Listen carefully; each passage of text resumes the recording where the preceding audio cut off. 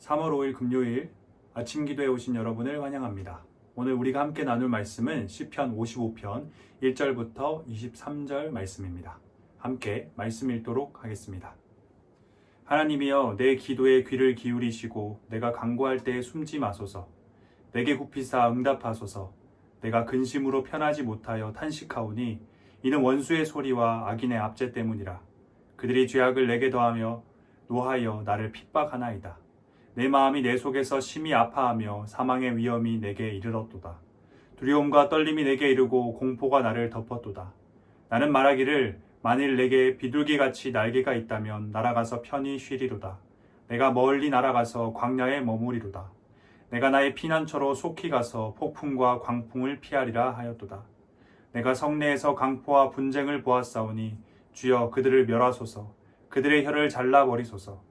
그들이 주야로 성벽 위에 두루 다니니 성중에는 죄악과 재난이 있으며 악독이 그 중에 있고 압박과 속임수가 그 거리를 떠나지 아니하도다. 나를 책망하는 자는 원수가 아니라 원수일진데 내가 참았으리라.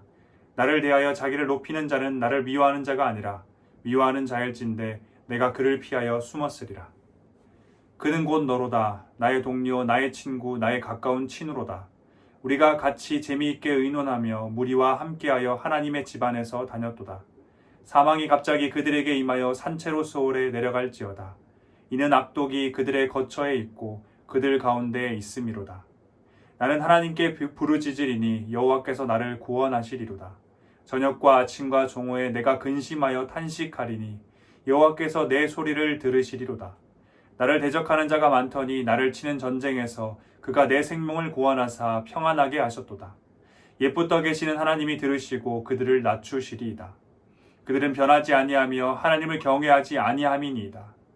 그는 손을 들어 자기와 화목한 자를 치고 그의 언약을 배반하였도다.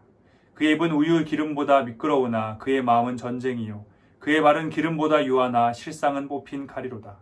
내 짐을 여호와께 맡기라. 그가 너를 붙드시고 의인의 요동함을 영원히 허락하지 아니하시리로다. 하나님이여 주께서 그들로 파멸의 웅덩이에 빠지게 하시리이다. 피를 흘리게 하며 속이는 자들은 그들의 날에 반도 살지 못할 것이나 나는 주를 의지하리이다. 아멘. 오늘 시편 55편의 표제어는 다윗의 마스길이라고 나옵니다. 여기서 마스길은 교훈 혹은 가르침을 주는 노래를 의미하는데요. 오늘 저와 함께 시편 55편을 함께 묵상하시고 다윗이 55편 가운데 담아놓은 가르침이 무엇인지 함께 찾아보며 은혜를 누리고 우리가 결단하는 시간이 되길 소망합니다. 1절입니다. 하나님이여 내 기도에 귀를 기울이시고 내가 간구할 때 숨지 마소서. 오늘 시편을 처음부터 끝까지 읽어보았다면 1절의 이 다윗의 이야기가 나지막하게 혹은 평상시에 목소리로 하는 이야기가 아님을 우리는 알 수 있습니다. 1절의 다윗의 요청은 흡사 큰 소리의 외침과도 같습니다. 하나님, 내 기도에 귀를 기울여 주세요. 하나님, 내가 간구할 때 숨지 마세요. 지금 다윗은 하나님께서 자신에게 귀를 닫으시고 자신을 피해 숨어 계신 것과 같이 느껴질 만큼 큰 고통 가운데 있음을 의미합니다. 다윗이 계속해서 하나님을 향해 외칩니다. 내게 굽히사 응답하소서. 내가 근심으로 편하지 못하여 탄식하오니. 이어지는 3절에서 다윗은 그 이유를 말합니다. 이는 원수의 소리와 악인의 압제 때문이라. 그들이 죄악을 내게 더하며 노하여 나를 핍박하나이다. 죄악을 내게 더한다는 표현은 그들이 나를 저주한다, 나에게 재앙을 쏟는다라는 의미입니다. 계속해서 이어지는 말씀 보겠습니다. 내 마음이 내 속에서 심히 아파하며 사망의 위험이 내게 이르렀도다. 두려움과 떨림이 내게 이르고 공포가 나를 덮었도다. 마음이 너무 고통스럽고 아파서 이제는 죽을 것만 같다. 두려움과 떨림, 공포가 나를 사로잡았다. 집어삼킨다라고 말합니다. 지금 다윗은 자신의 고통이 최고조에 달해 있음을 말하고 있습니다. 대학교의 성도 여러분, 혹시 다윗과 같은 고통, 위기, 두려움, 떨림의 상황, 정말 죽음의 위험이 찾아올 것만 같은 이 고난 가운데 처해 보신 적이 있으신가요? 그리고 만약 우리가 그런 상황 가운데 처하게 되면 무슨 생각을 하게 될까요? 아마 그 상황으로부터 벗어나고 싶을 겁니다. 다윗도 동일한 생각을 했습니다. 6절, 8절입니다. 나는 말하기를 만일 내게 비둘기같이 날개가 있다면 날아가서 편히 쉬리로다. 내가 멀리 날아가서 광야에 머무리로다. 내가 나의 피난처로 속히 가서 폭풍과 광풍을 피하리라 하였도다. 지금 다윗은 자신이 겪고 있는 상황이 너무 고통스럽고 두려워서 그 현실로부터 도피하고 싶어 합니다. 비둘기같이 날개가 있다면 이곳에서 벗어나 멀리 광야로 날아가고 싶다고 합니다. 그런데 광야가 어떤 곳이죠? 우리가 이미 잘 알고 있듯이 그곳은 황량한 곳입니다. 먹을 것, 입을 것, 잘 곳이 마땅치 않은 곳입니다. 무서운 들짐승들이 돌아다니는 곳입니다. 하지만 지금 다윗은 그런 광야가 자신이 편히 쉴 곳이며 피난처이고 폭풍과 광풍을 피할 곳이라고 말하고 있습니다. 지금 자신이 처한 상황이 광야에서 지내는 것보다 더 힘들다는 것이죠. 이루 말할 수 없을 만큼 고통스럽고 힘들다는 것을 의미합니다. 다윗은 이어서 지금 자신이 처한 상황을 설명하기 시작합니다. 9절 11절입니다. 내가 성내에서 강포와 분쟁을 보았사오니 주여 그들을 멸하소서. 그들의 혀를 잘라버리소서. 그들이 주야로 성벽 위에 두루 다니니 성중에는 죄악과 재난이 있으며 악독이 그 중에 있고 압박과 속임수가 그 거리를 떠나지 아니하도다. 지금 다윗이 머물고 있는 그 성내에는 강포와 분쟁, 다시 말해 폭력과 갈등이 가득하고 죄악과 재난이 있다고 말합니다. 10절에서 다윗이 그들이 주야로 성벽 위에 두루 다닌다라고 말했는데요. 여기서 그들은 강포와 분쟁을 의인화한 것이거나 혹은 악인을 의미하는 겁니다. 어느 쪽이든 지금 다윗이 머물고 있는 그 성은 성내와 성벽이 거리, 다시 말해서 성 전체에 자신을 죽이고 공격하고자 하는 악인들이 가득하고 그래서 폭력과 갈등, 죄악과 재난, 악독과 압박과 속임수가 가득한 곳입니다. 자신이 머물고 있는 성의 상황을 설명하면서 다윗은 굉장히 강력한 표현을 씁니다. 9절 후반부입니다. 주여 그들을 멸하소서. 그들의 혀를 잘라버리소서. 여기서 혀를 잘라버리라 라는 표현은 악인들의 언어를 혼잡하게 만들어서 그들을 흩어달라는 의미로 그들이 더 이상 무리를 이뤄 자신에게 악독한 말을 하지 못하도록 막아달라는 의미입니다. 다윗이 이토록 큰 고통 가운데 죽을 것만 같은 고통 가운데 빠지게 된 이유는 무엇이고 또 그렇게 만든 사람들은 누구일까요? 그 답은 이어지는 12절, 14절에서 나옵니다. 나를 책망하는 자는 원수가 아니라 원수일진데 내가 참았으리라. 나를 대하여 자기를 높이는 자는 나를 미워하는 자가 아니라 미워하는 자일진데 내가 그를 피하여 숨었으리라. 그는 곧 너로다. 나의 동료, 나의 친구요, 나의 가까운 친우로다. 우리가 같이 재미있게 의논하며 무리와 함께하여 하나님의 집안에서 다녔도다. 12절을 다시 표현해보면 이렇습니다. 나에게 악담을 퍼붓는 자가 차라리 내 원수였다면 내가 참았을 것이다. 나를 미워하는 자가 차라리 나에게 거드름을 피우는 내 원수였다면 내가 피하여 숨기라도 하였을 것이다. 지금 다윗이 이토록 큰 고통, 두려움 가운데 빠진 이유는 다윗의 동료이자 친구이자 가까운 친우의 배신 때문이었습니다. 그는 곧 너로다. 이 짧은 한 문장에 많은 의미가 담겨 있는 것 같습니다. 다윗은 지금 자신을 배신한 사람과 과거에 재미있게 의논했고 무리와 함께하여 하나님의 집안에 다녔다고 말합니다. 세속적인 우정, 짧은 시간의 우정이 아니라는 것이죠. 하나님 안에서 오랜 시간 깊이 있게 가졌던 우정을 의미합니다. 그런 우정을 나눈 사람에게 한순간에 배신을 당한 겁니다. 그리고 그 배신은 단순한 배신이 아니었습니다. 우리가 이미 앞서 확인했듯이 다윗이 살고 있는 성에 오로지 다윗만 남고 모두가 그를 애워싸고 그를 공격하고 있습니다. 그의 목숨을 빼앗고자 위협하고 소리치며 저주를 퍼붓고 있습니다. 이 모든 것이 하나님 안에서 오랜 시간 깊이 있게 우정을 쌓았던 친구의 배신이 낳은 결과입니다. 다윗이 왜 그토록 고통스러워하고 두려워하며 죽을 것 같이 힘들어했는지 충분히 이해가 갑니다.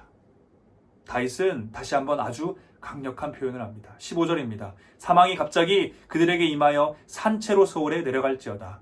이는 악독이 그들에 거처에 있고 그들 가운데 있음이로다. 사망이 갑자기 임해서 그들이 산채로 수월에 내려갈지어다. 이어지는 말씀 계속해서 보겠습니다. 16절 19절입니다. 나는 하나님께 부르짖으리니 여호와께서 나를 구원하시리로다. 저녁과 아침과 정오에 내가 근심하여 탄식하리니 여호와께서 내 소리를 들으시리로다. 나를 대적하는 자가 많더니 나를 치는 전쟁에서 그가 내 생명을 구원하사 평안하게 하셨도다. 옛부터 계신 하나님이 들으시고 그들을 낮추시리이다. 갑자기 분위기가 달라집니다. 조금 전까지는 시를 시작하며 하나님 내 이야기 좀 들어보세요 라고 큰 소리를 외친 이후에 계속해서 자신의 힘듦, 아픔, 고통 그리고 도망가고 싶음을 이야기했던 또 자신이 평생에 가장 소중한 친구라 여겼지만 지금은 자신을 죽음의 고통 가운데 몰아놓은 그 원수, 그 배신자를 저주했던 다윗이 내가 날개만 있으면 당장 광야로 날아가겠다 외쳤던, 지금 너무 고통스러워서 죽음의 위험이 나에게 찾아왔습니다 외쳤던, 원수를 향해서 혀를 잘라버리고 갑자기 사망임의 산채로 스올에 내려가게 달라 외쳤던 그 다윗이 하나님의 구원을 이야기합니다. 하나님께서 자신의 소리를 들어주실 것을 이야기합니다. 심지어 평안을 이야기하고 있습니다. 하나님께로 시선을 돌리기 시작한 것입니다. 자기 자신과 자신이 처한 상황, 그리고 그 상황을 만들어낸 원수들에게만 시선이 고정되어서 흡사 폭풍이 몰아쳐 큰 파도가 치는 바다와 같았던 이 다윗의 마음이 폭풍이 물러가고 파도도 사라지고 다시 잔잔한 바다가 된 것입니다. 그런데 아직 완전히 잔잔한 바다는 아니었던 것 같습니다. 19절, 21절입니다. 그들은 변하지 아니하며 하나님을 경외하지 아니함이니이다. 그는 손을 들어 자기와 화목한 자를 치고 그의 언약을 배반하였도다. 그의 입은 우유 기름보다 미끄러우나 그의 마음은 전쟁이요 그의 말은 기름보다 유하나 실상은 뽑힌 칼이로다.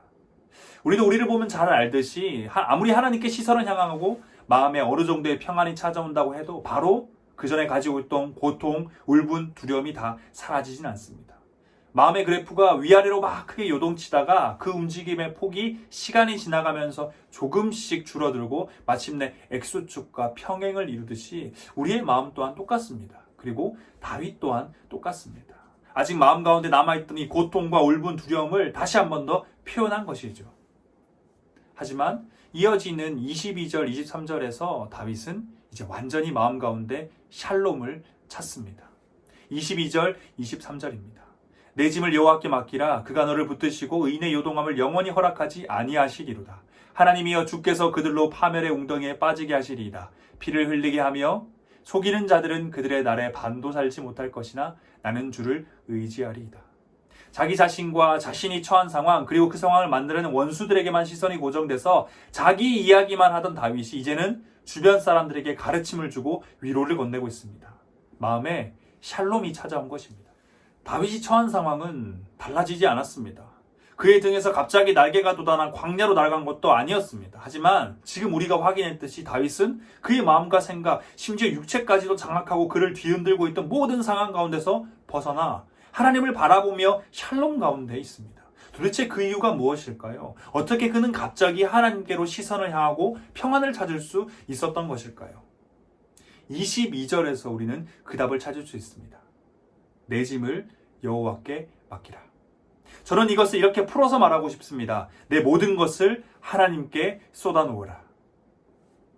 하나님께로 시선을 돌리기 시작한 이 16절 전까지 다윗은 자기 자신과 자신이 처한 상황, 그리고 그 모든 상황을 만들어내는 원수들에게만 시선을 고정한 채 하나님 앞에 자신의 모든 것을 쏟아놓았습니다. 그 과정에서 그는 우리가 보기에 충격적이라고도 할 수 있는 아주 강력한 표현들을 쓰기도 합니다. 그들을 멸하고 혀를 잘라주세요. 갑자기 사망의 입에서 산채로 스올에 내려가게 해주세요. 또 다윗은 다른 시편에서는 하나님을 나의 요새, 나의 피난처라고 노래했는데 오늘 본문에서는 하나님은 온데간데였고 현실을 도피하고자 날개가 생겼으면 좋겠다라고 말하기도 합니다. 사랑하는 대학교의 성도 여러분, 우리는 결코 원하지 않지만 우리의 인생에서 오늘 다윗이 경험한 것과 같은 아주 큰 고난이 분명 찾아올 것입니다. 혹 지금 그때를 보내고 계신 성도님이 계실지도 모릅니다. 그러한 때에 우리가 어떻게 기도해야 하는지 다윗이 잘 가르쳐주고 있습니다. 우리는 이렇게 기도해야 합니다. 나의 모든 것, 나의 고통, 나의 분노, 애통, 눈물, 인생의 가장 큰 고난 가운데 있는 나에게 찾아온 모든 감정과 생각, 이 모든 것을 하나님 앞에 다 쏟아 놓아야 합니다. 하나님 앞에 격식 차려야 할 때도 물론 있습니다. 하지만 우리가 기도할 때는 그렇지 않습니다. 지금 다윗이 그것을 잘 보여주고 있습니다. 오늘 본문뿐만 아니라 다윗의 다른 여러 시편들에서도 다윗은 언제나 하나님 앞에 모든 것을 쏟아놓습니다. 그리고 쏟아놓은 후에 진정한 평안과 기쁨을 경험합니다. 그리고 하나님을 찬양하는 것으로 노래를 끝맺습니다. 혹 하나님 앞에 모든 것을 쏟아놓는 것이 걱정되는 분이 계신가요? 내 마음과 생각 가운데 있는 입 밖으로 꺼내면 충격적이고 무서운 그 모든 것을 하나님 앞에 쏟아놓기가 두려운 분이 계신가요? 우리는 혀를 잘라달라고 했던, 원수를 죽여달라고 했던 이 다윗의 요청이 하나님을 향한 기도에서 끝났다는 것을 기억해야 합니다. 자신의 마음 가운데 생겨나는 분노, 옳지 않은 생각을 하나님 앞에 모두 쏟아놓을 때 하나님께서는 평안을 주시고 흔들리는 그 마음, 죄를 지으려는 그 마음을 다 잡아주시는 것입니다.